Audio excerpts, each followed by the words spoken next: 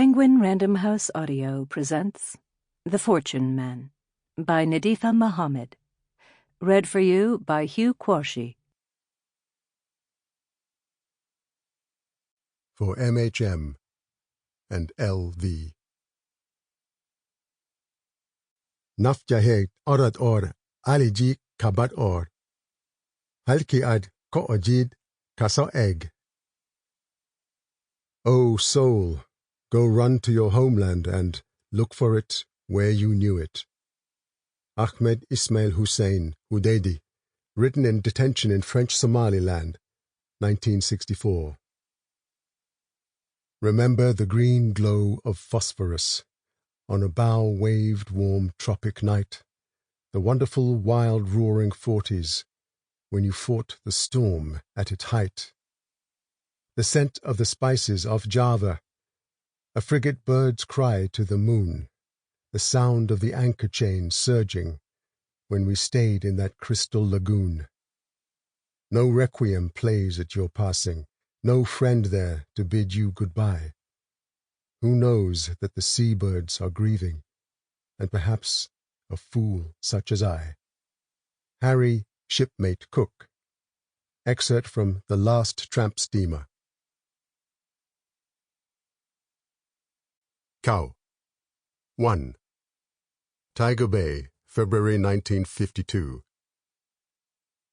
The king is dead. Long live the queen.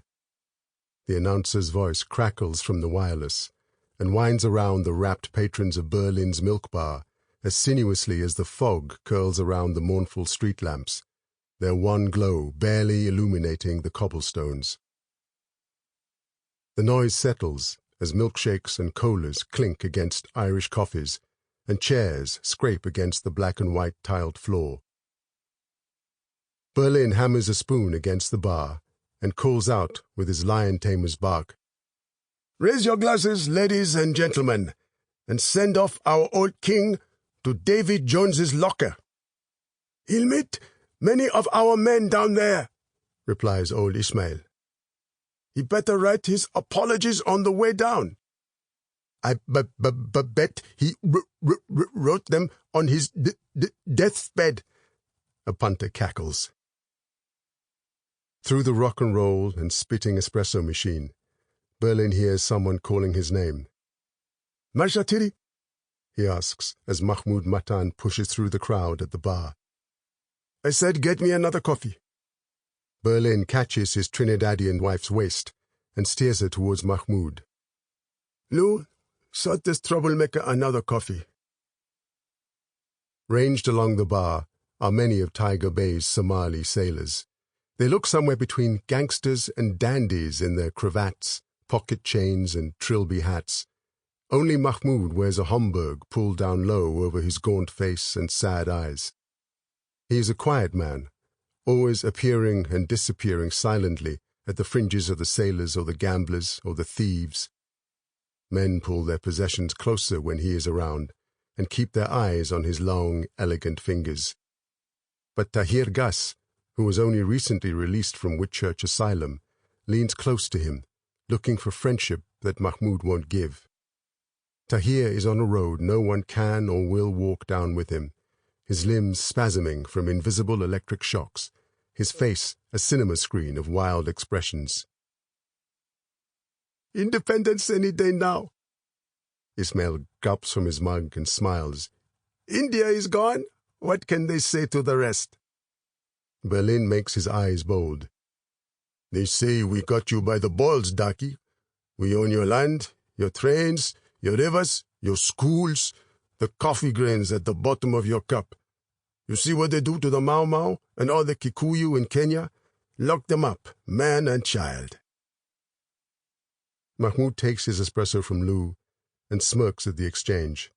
He cares nothing for politics. While trying to straighten his cufflinks, a drop of coffee runs over the rim and falls onto his brightly polished shoes. Grabbing a handkerchief from his trouser pocket, he wipes it off and buffs the stain away. The brogues are new and as black and sharp as Newfoundland coal, better shoes than any other fella here has on his feet. 3 one-pound notes burn away in his pocket ready for a poker game, saved through missed lunches and nights spent without the fire, mummified in his blankets. Leaning over the bar, he nudges Ismail. "Bila Khan coming tonight?" "Me come from the jungle. I wish I come from the jungle." I said to him, "Look around you. This is the jungle.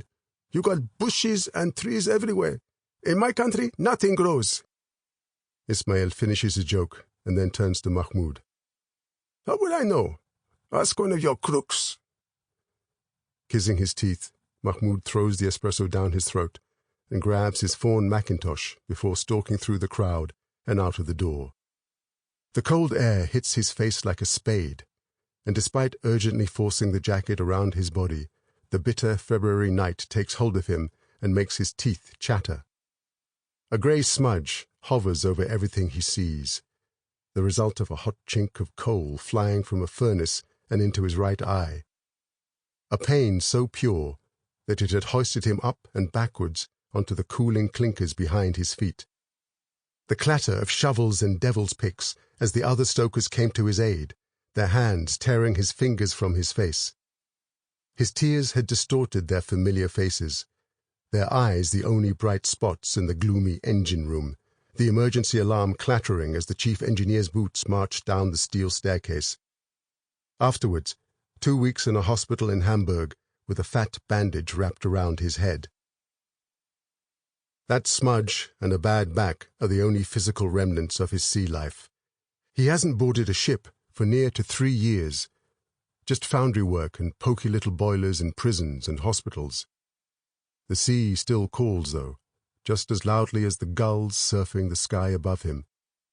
But there is Laura and the boys to anchor him here. Boys who look Somali despite their mother's Welsh blood, who cling to his legs calling, "Daddy, Daddy, Daddy," and pull his head down, mussing up his pomaded hair for forceful kisses that leave his cheeks smelling of sherbet and milk. The streets are quiet, but the news of the king's death drifts from many of the low-slung, wind-blown terraces he passes, each wireless set relaying the broadcast discordantly, either a second ahead or delayed. Passing the shops on Butte Street, he finds a few lights still on. At Zussen's pawnbroker's, where many of his clothes are on hock, at the Cypriot barber shop, where he has his hair trimmed, and at Volacki's, where he used to buy seafaring kits, but now just bags the occasional dress for Laura. The tall, grand windows of Corey's Rest are steamed up, with figures laughing and dancing behind the leaded glass. He peeks his head through the door to check if some of his regulars are there, but the West Indian faces around the snooker table are unfamiliar. He had once belonged to this army of workers pulled in from all over the world, dredged in to replace the thousands of mariners lost in the war. Dockers, tallymen, kickers, stevedores, winchmen, hatchmen, samplers, grain porters, timber porters, tacklemen, yardmasters, teamers, dock watchmen, needlemen, ferrymen, shunters, pilots, tugboatmen, foy boatmen, freshwatermen, blacksmiths, jetty clerks, warehousemen, measurers, weighers, dredgermen, lumpers, launchmen, lightermen, crane drivers, coal trimmers, and his own battalion, the stokers.